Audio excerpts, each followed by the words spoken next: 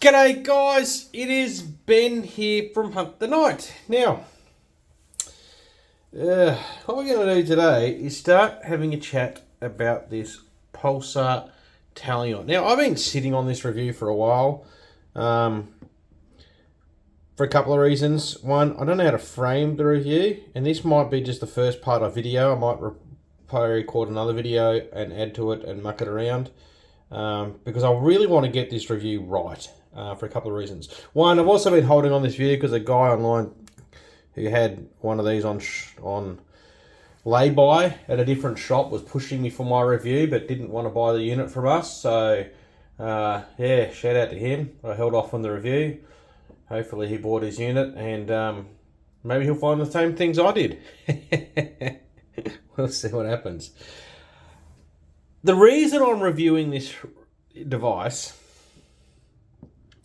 is because there's some things in here that are different, okay? And I love it when manufacturers do different things. You know, this is different, the way the focal thing is set up, and it brings you back, you know, to there, and it gets you back to about, I think it's 70 meters fixed focal. I don't know what the point of that is, unless you know your exact distance. So I really don't know what the point of knowing that is.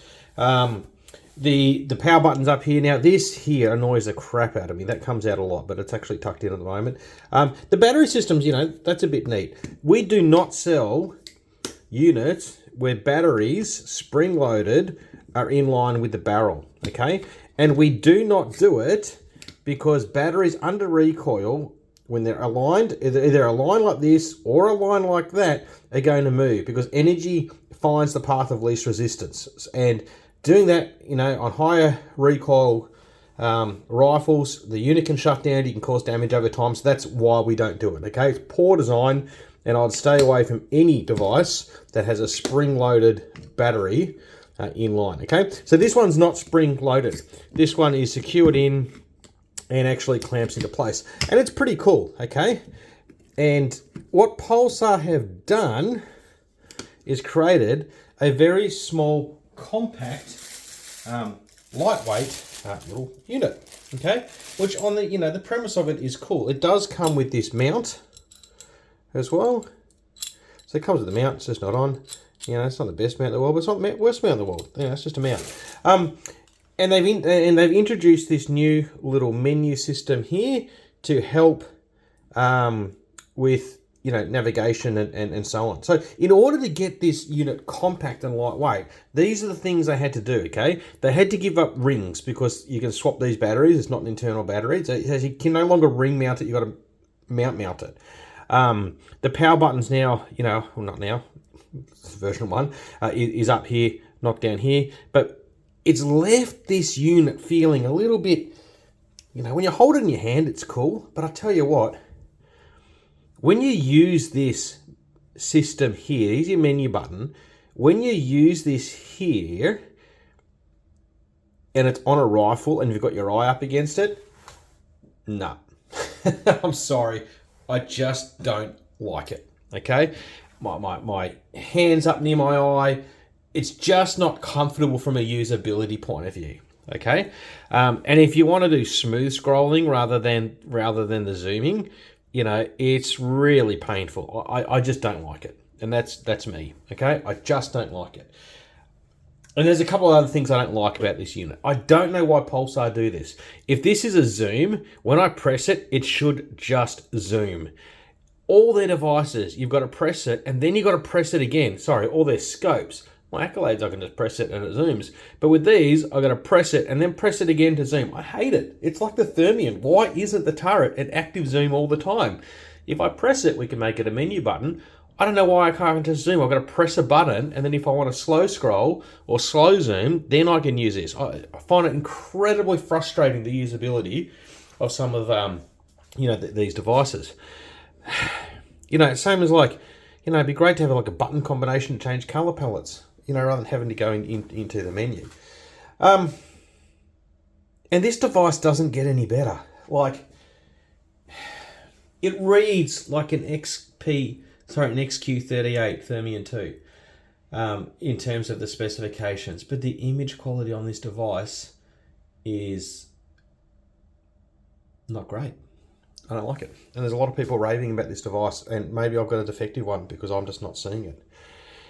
But it's also maybe I've got a different expectation because this has got the Pulsar brand on it.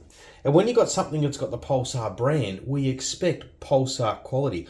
I love my accolades. They're out in the field with me as a professional shooter all the time. I love my Krypton. My Krypton FXG50 is one of the best clip-ons in my kit. I love my Thermion 2, as well. When I'm shooting deer at close range, I absolutely love that scope. I love my Trail 1. I love my Trail 2. You see a flavor here? The high-end devices I absolutely love because that is what Pulsar do well.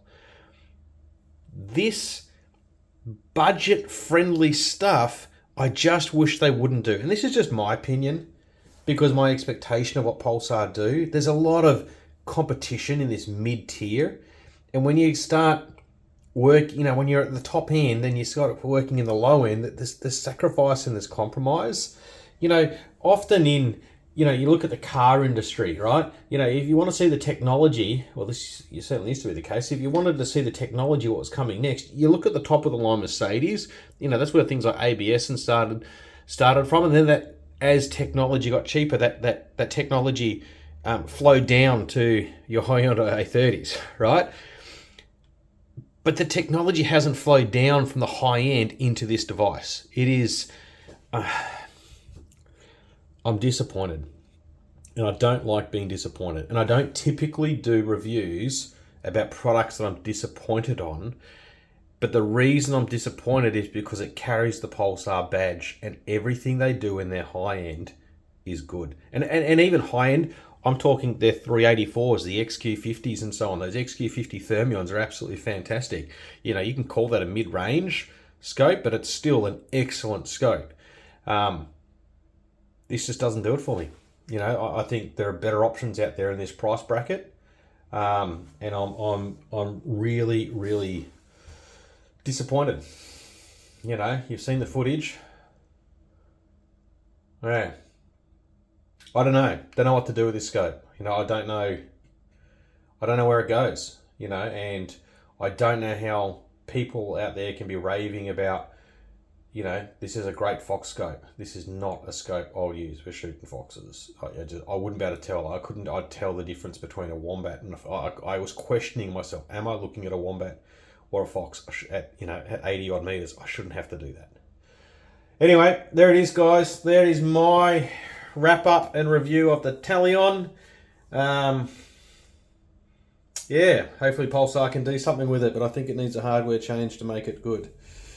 I hope I'm not going to get in trouble over this. We do love selling Pulsar gear. Anyway, that's it. Thanks for watching. Bye for now.